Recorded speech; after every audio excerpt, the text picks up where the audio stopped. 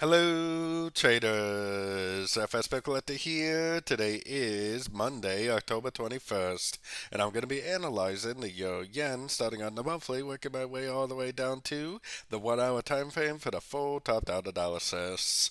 But first, don't forget to check out my website, fxpipcollector.com, if you'd like to get access to my swing trade signals, my daily members only live streams on Zoom, and my 34 video trading course, all included for only $30 per month. So anyways, on the Euro Yen, still think it's extremely clear on these high time frames that it's a 1, 2, 3, probably a wave 4 we're in right now, and eventually it's going to go back up for a wave 5 to complete the pattern that started way back here in early 2020.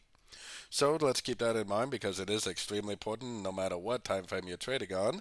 Let's head down to the weekly time frame.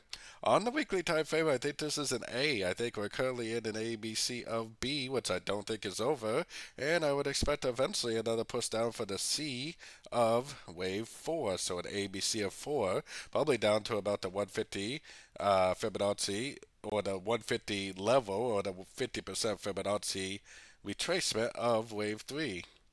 So let's take it down to the daily time frame.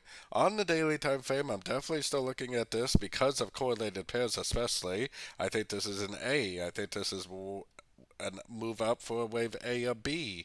3 waves down, B or B. I think we're still in an uptrend, and my target for this uptrend is still at least the 138 or the 123 Fibonacci extension of wave A, projected out the bottom of wave B, to finish off what I think is a wave C of wave B.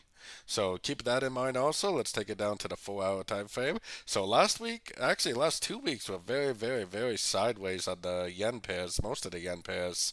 But one thing you have to notice is it never did break structure. It never did confirm that the move up was over.